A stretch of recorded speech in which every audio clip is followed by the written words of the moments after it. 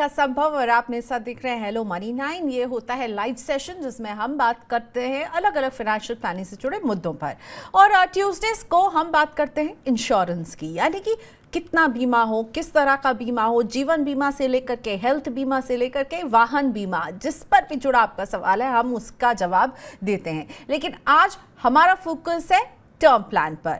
और बीमा कितना ज़रूरी है, आप इसे ऐसे समझिए कि ज़िंदगी की फास्ट लेन में इंश्योरेंस वो हेलमेट है जो बुरे वक्त में आपके परिवार के काम आता है। लाइफ इंश्योरेंस भी अब कई तरह के आने लगे हैं। प्लेन वनीला टर्म प्लान का ज़माना तो जैसे जा चुका है और अब इतने सारे ऑप्शंस हैं, जैसे कि ज़ीरो कॉस्ट टर्म प्लान, जैसे कि रिटर्न, ऐसा प्लान जो कि आपके प्रीमियम को रिटर्न कर देता है। और साथ ही में कई सारे अब आप बेनिफिट्स और राइडर्स भी जोड़ सकते हैं। तो आज हम यही समझने वाले हैं कि इतने सारे जब टर्म प्लान के ऑप्शन हैं आपके पास, तो आपको अपने लिए सही टर्म प्लान कैसे चुनना चाहिए, किन फैक्टर्स को ध्यान में रखें, कितना सम एश्योर्ड लें। और इन तमाम सवालों का जवाब देने के लिए मेरे साथ जुड़ी हैं प्रोमोर फिनटेक की डायरेक्टर निशा सांघवी। CFP हैं निशा और हमेशा इंश्योरेंस पर हमारी काफ़ी हैंड होल्डिंग भी करती हैं। थैंक यू निशा, आज आपने मनी 9 के लिए वक्त निकाला। और हाँ, अगर आप निशा से डायरेक्ट सवाल पूछना चाहते हैं तो वो भी आपको बता देते हैं। हमारा व्हाट्सएप नंबर है 9311211874, इस पे सवाल भेजिए। व्हाट्सएप नहीं करना चाहते हैं तो ईमेल कर सकते हैं money9query@tv9.com पर। अगर आप यूट्यूब पर हमारे लाइव कॉन्वर्सेशन का हिस्सा बने हुए हैं तो राइट हैंड में आपको दिखेगा टॉप चैट, यहाँ पे चैट हो सकती है, यानी आप अपने सवाल यहाँ पर भी लिख दीजिए हमें। बस जितने जो भी सवाल हो ना, हम जितने क्लैरिटी से लिखेंगे हमारे एक्सपर्ट्स को उतनी आसानी होगी, निशा समझ पाएंगे आपके सवाल को बेहतर तरीके से, तो बेहतर जवाब भी दे पाएंगे। चलिए let's go to Nisha now straight. Nisha, सबसे पहले टर्म इंश्योरेंस की जब बात आती है तो कितना इसका साइज होना चाहिए, मतलब कितने का कवर किसी व्यक्ति को लेना चाहिए? मुझे पता है कि मेरा जो टर्म कवर का साइज होगा और आपका जो होगा वो डिफरेंट होगा, लेकिन किन फैक्टर्स को हमको ध्यान में रखना चाहिए? Hi Priyanka, thank you for having me on your show. Always a pleasure. Term plan कितना होना चाहिए? बहुत तरीके के थंब रूल्स हैं, ह्यूमन लाइफ कैलकुलेटर कहते हैं या CTC का पार्ट होता है। तो ये जनरली सारी चीज़ों को कंबाइन करके आप एक कवरेज बना सकते हैं। सो पहले ह्यूमन लाइफ कैलकुलेटर की बात करेंगे कि ह्यूमन लाइफ, आपकी लाइफ की क्या वैल्यू है। तो उसमें काफ़ी पैरामीटर्स हम सिलेक्ट करते हैं, जैसे कि आपकी इनकम, आपके एक्सपेंसेस, आपके फैमिली के एक्सपेंसेस, ये सारे को जोड़ के आपकी लाइबिलिटीज, इनको जोड़ के जब भी हम एक कैलकुलेशन करते हैं तो आपको ह्यूमन लाइफ वैल्यू मिलता है। तो ये एक तरीका है। दूसरा जो थंब रूल हम कहते हैं वो 10 टाइम्स ऑफ योर CTC, या तो आपका एनुअल इनकम का 10 टाइम्स आपके पास होना चाहिए। सो 10 लाख की इनकम है तो 1 करोड़ तो आपके पास एटलीस्ट इंश्योरेंस कवर होना चाहिए। तीसरा तरीका है कि आप अपना ये 10 टाइम्स वाला रेशियो जोड़ लीजिए और प्लस उसके अंदर आप अपनी लाइबिलिटीज और आपके डिपेंडेंट्स जिनकी रिक्वायरमेंट है, जैसे रिटायरिंग पेरेंट्स या dependent spouse and growing children, इन सब की जो फ्यूचर कॉस्ट जो हम कैलकुलेट करते हैं फाइनेंशियल प्लानिंग में, तो उसकी क्या फ्यूचर कॉस्ट को कैलकुलेट करके आपकी लाइबिलिटीज को जोड़ के और 10 टाइम्स ऑफ इनकम को जोड़ के, ये सारों को आप जोड़ के एक टोटल सम इंश्योर्ड पे अराइव कर सकते हैं। जितना हम सिंपली बोलते हैं उतना नहीं होता है, बहुत ही थॉटफुल डिसीजन होता है जब आप ये टर्म प्लान खरीदते हो। ओके, सो बहुत सारी चीज़ें मैटर करेंगे। आप किस एज में खरीद रहे हैं, आपके ऊपर फाइनेंशियल लाइबिलिटीज़ कितनी है, आपके ऊपर कितने लोग डिपेंडेंट हैं, आपकी कमाई का 10 गुना तो होना ही चाहिए एक टर्म प्लान।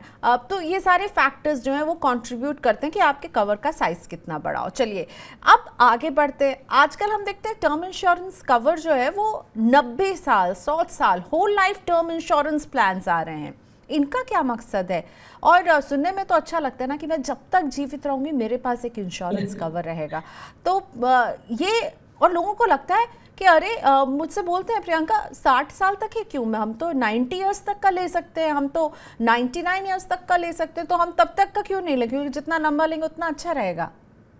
सो प्रियंका, ये बहुत ही इम्पोर्टेंट क्वेश्चन है एक टर्म प्लान की डिस्कशन में, बिकॉज ये हम बहुत लोग जो है हमें भी आके पूछते हैं और हमसे डिबेट करते हैं जब भी हम इनको एडवाइस करते हैं कि टर्म प्लान आपके पास कब तक होना चाहिए, उसके भी दो रीजंस होते हैं। एक है कि आपकी फाइनेंशियल रिस्पॉन्सिबिलिटी कब तक होगी। अगर आप जॉब में हो तो हम sure 60 is the retirement age, 60 के बाद को आपको कोई नौकरी भी नहीं देगा, तो तब तक तो आपको अपने फाइनेंशियल गोल्स अचीव करने हैं, प्लस आपको अपनी रिस्पॉन्सिबिलिटी जो है, फाइनेंशियल रिस्पॉन्सिबिलिटी एंड लाइबिलिटीज है, उसका भी टेक केयर करना है।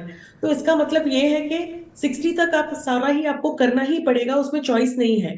तो टर्म प्लान भी 60 तक होना चाहिए, क्योंकि उसके बाद प्रीमियम कैसे भरोगे, क्योंकि कैशलेस फ्रेश कैश फ्लो तो बंद हो जाएगी। वो एक तरीका है।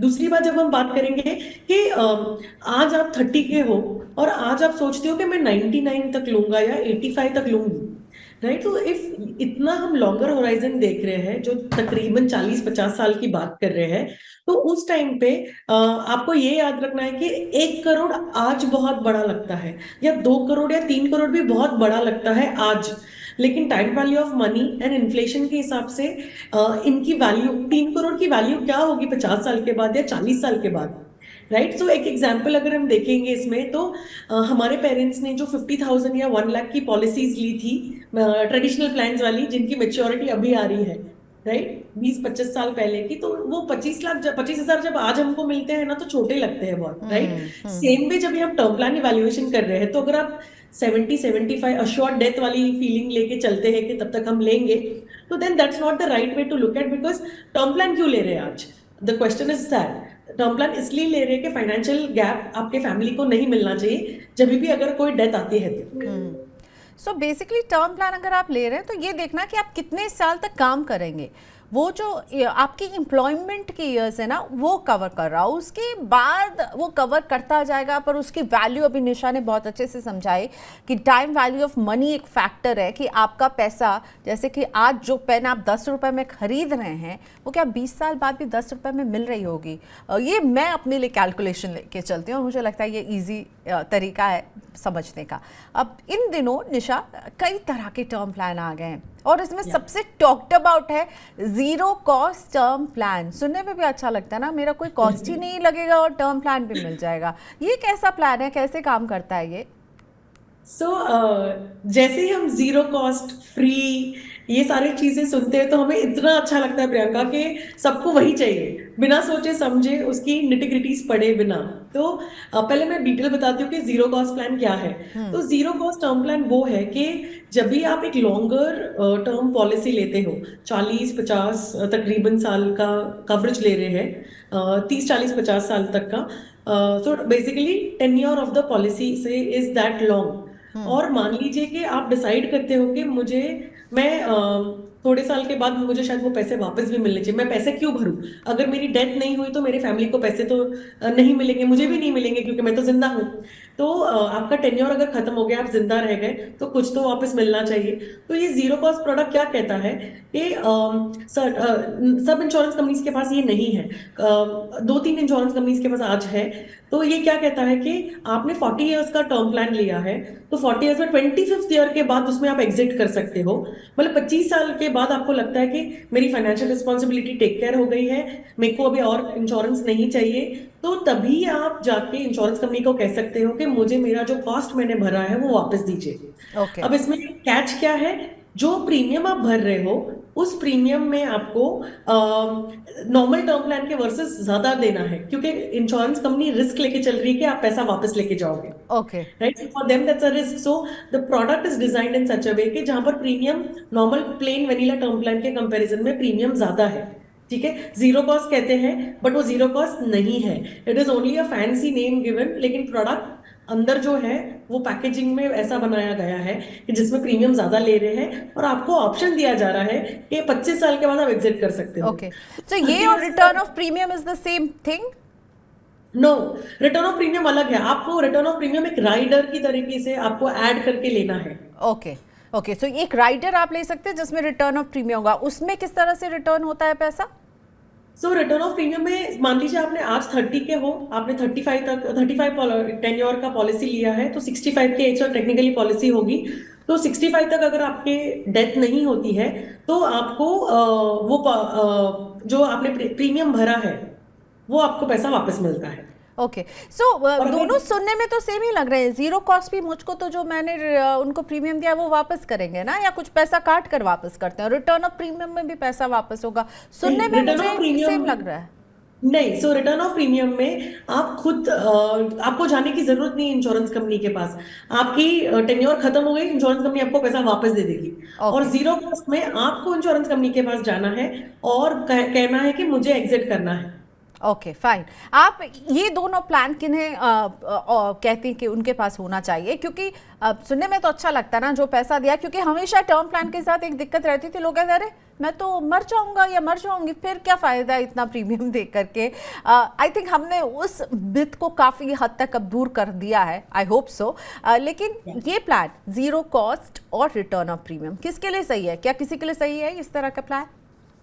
So, as a financial planner, if you ask me, not a great product, both of them not to have them, because आप अगर इन्वेस्टमेंट सामने करते हो, सी जब भी आप एक प्रोडक्ट को कॉम्प्लिकेट करने की कोशिश कर रहे हो तो आप अपने एक्चुअली मेन पर्पस को आप डेविएट कर रहे हो, right? So it's very important and clear in your mind कि टर्म प्लान क्यों ले रहे हैं। तो जब भी आप ये जीरो कॉस्ट है या जो अब जीरो कॉस्ट की बात करते हैं, अगर जीरो कॉस्ट ले रहे हो आप, तो अगर आप श्योर हो कि मुझे लंबे समय के लिए इंश्योरेंस लेना है आज, लेकिन आगे का श्योर नहीं हो कि मुझे कंटिन्यू करना है कि नहीं, तो जीरो कॉस्ट प्लान सही है, ठीक है? लेकिन उसकी प्रीमियम नॉर्मल टर्म प्लान से ज्यादा होगी, ओके ठीक है? So that's one part. Second part में रिटर्न ऑफ प्रीमियम, मान लीजिए कि आप टर्म प्लान के लिए 100 रुपए दे रहे हो, normal plane vanilla term plan के लिए। रिटर्न ऑफ प्रीमियम के लिए आपको शायद 105 110 रुपए के बीच में आपको प्रीमियम ज्यादा देना पड़ेगा, ठीक है?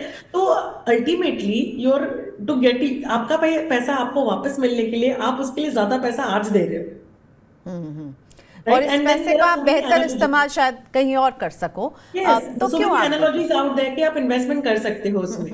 Okay fine. So zero cost और रिटर्न ऑफ प्रीमियम ये दो तरह के टर्म प्लान हैं, पर निशा ने समझा दिया किसे लेना चाहिए किसे नहीं लेना चाहिए।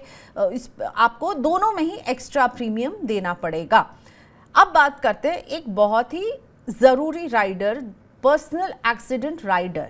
ये मिलते हैं टर्म इंश्योरेंस प्लान के साथ, बहुत पॉपुलर हो गए अब। टर्म प्लान के साथ जो है आप एक एडिशनल जोड़ लेते हैं कि अगर कोई एक्सीडेंट हो जाए तो उसमें आपको पैसे मिल सकते हैं। इसको आप कैसा राइडर मानती हैं? ये एक इम्पॉर्टेंट राइडर है या इसकी जगह आप एक इंडिपेंडेंट एक्सीडेंट कवर लें? सो ये राइडर्स ना प्रियंका, ये दो टाइप में आते हैं। एक है एक्सीडेंटल डेथ बेनिफिट, ठीक है? मतलब आपने सम इंश्योर्ड मान लीजिए 1 लिया 1 करोड़ का, और आपने एडिशनल एक्सीडेंटल डेथ बेनिफिट का प्रोडक्ट राइडर ऐड किया है, जिसके लिए आप एडिशनल प्रीमियम दे रहे हो। तो जब भी आप ये राइडर ऐड कर रहे हो तो इसका मतलब क्या है कि अगर डेथ हुई एक्सीडेंट से, तो बेस सम इंश्योर्ड जो आपने चूज किया है वो मिलेगा, और उसके ऊपर जो एक्सीडेंटल डेथ बेनिफिट का राइडर सिलेक्ट किया है उसका भी पैसा मिलेगा। तो ये है pure accidental death benefit rider, ठीक है? Death has to be through accident. Now that's number 1। Number 2, waiver of premium on disability. तो ये एक राइडर है जिसमें अगर कोई डिसेबिलिटी होती है उस टाइम पे आपके फ्यूचर प्रीमियम्स वेव ऑफ हो जाएंगे। ओके ये राइडर बिल्कुल लेना चाहिए, बिकॉज हमारे हॉस्पिटलाइजेशन का एक्सपेंस हेल्थ इंश्योरेंस दे देगा, डेथ टर्म प्लान दे देगा, लेकिन अगर डिसेबिलिटी आया तो पैसा कौन देगा, राइट? तो waiver of premium on disability, ये राइडर आपको चूज करना है। ये ज्यादा कॉस्ट नहीं करता है। This is like close to like between 1 to 3% of your premium, base premium. Okay so और ये एक बिल्कुल लेना इम्पॉर्टेंट चाहिए। राइडर है, waiver of premium. Okay in case of disability ये इसमें आपको जो है प्रीमियम देने से छूट मिल जाएगी। एक निशा लाइव सवाल जो आया है वो मैं लेना चाहती हूँ। जिन्होंने ये सवाल भेजा यूट्यूब पर, उनके नाम के इनिशियल हैं GJ, so I am going to call him GJ. वो पूछ रहे हैं कि डेली वेज वर्कर्स, उन्हें कैसे कोई टर्म प्लान मिल सकता है? क्या उनके लिए क्या कोई स्पेशल टर्म प्लान है? इसमें आप इनकी हेल्प कर पाएंगी? Yes, so Priyanka, I think 2018 2019 के दौरान सरल जीवन बीमा, ये एक स्टैंडर्ड टर्म प्लान IRDA ने अप्रूव्ड प्रोडक्ट है कि आपको ये without I mean many questions और मेनी डॉक्यूमेंट्स आस्क्ड ये इंश्योरेंस अवेलेबल है। ओके, सो सरल जीवन बीमा ये सारी कंपनियां लेकर आती हैं और इसका प्रीमियम किस रेंज में रहता है, कितना ये अफोर्डेबल है? सो इसमें प्रियंका दिक्कत ये है कि बिकॉज ये मार्केट इतना इवॉल्व नहीं हुआ है, तो ये थोड़ा सा एक्सपेंसिव होता है। Because insurance companies ultimately are here for business. तो जब वो इंश्योरेंस बेचना चाहते हैं तो उन्हें वो राइट बायर से ही उनको देना है। इसकी वजह से ये इनके प्रीमियम नॉर्मल इंश्योरेंस से थोड़े से ज्यादा है। ओके। बट आपकी अगर इनकम एलिजिबिलिटी नहीं आ रही है या आपके पास कंप्लीट जो रिक्वायर्ड सेट ऑफ डॉक्यूमेंट्स नहीं है, तो सरल जीवन बीमा आपको बिल्कुल मिल सकता है। And other is that bank insurance, जो बैंक अपने जो प्रधानमंत्री योजना वाले इंश्योरेंस है, वो 2 लाख सम इंश्योर्ड का तो आपको मिल ही सकता है। यानी सरल जीवन बीमा में 50 लाख तक आपको कवरेज मिल सकती है। ठीक है, तो 50 लाख तक का सरल जीवन बीमा कवरेज दे सकता है और प्रधानमंत्री जीवन ज्योति बीमा 2 लाख का कवरेज है, 436 रुपए बस उसका प्रीमियम है। नीतीश श्रीवास्तव हमारे साथ फोन लाइन पर जुड़ चुके हैं। नमस्ते श्रीवास्तव साहब, बताइए कैसे मदद करें आपकी?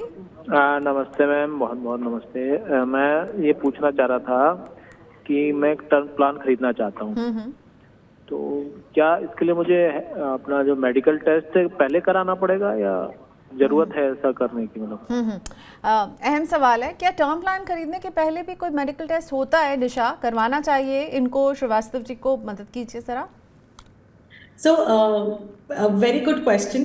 टर्म प्लान जब भी खरीद रहे हैं तो इंश्योरेंस कंपनी जनरली 2 तरह की मेडिकल करती है। एक है टेली मेडिकल, जो आपको कॉल करके या वीडियो कॉल पे लेके आपसे बात होती है और आपको सवाल पूछे जाते हैं, और दूसरा होता है फिजिकल मेडिकल। और ये होता है generally age band between 25 to 45 के बीच में।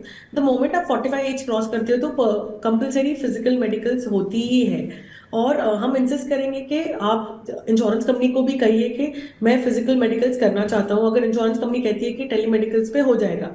और दूसरी बात है कि इसमें कि आपको नहीं करने मेडिकल्स, ये एक कॉस्ट है जो आपके पार्ट प्रीमियम का ही पार्ट होता है, और इंश्योरेंस कंपनी अरेंज करती है उनके डिफाइंड सेंटर्स पे या उनके डिफाइंड डायग्नोस्टिक सेंटर्स के साथ। तो ये होम विजिट में भी होता है और फिजिकल भी होता है। मान लीजिए कि एज अबाव 45 होती है तो आपको स्ट्रेस टेस्ट करना पड़ता है, ट्रेडमिल टेस्ट होता है जिसपे आपको वो आपकी ईसीजी तो नॉर्मली निकल जाती है, लेकिन स्ट्रेस टेस्ट है एडिशनल अगर कुछ लगता है 2D echo and all of that, तो उसके लिए सेंटर जाना ही पड़ेगा। Okay, so let's say bye bye to Nisha. Thank you for your time Nisha, बहुत कुछ आपने आज समझाया, बहुत क्लैरिटी से समझाया, धन्यवाद आपका। Thank you so much. Okay Priyanka, bye bye.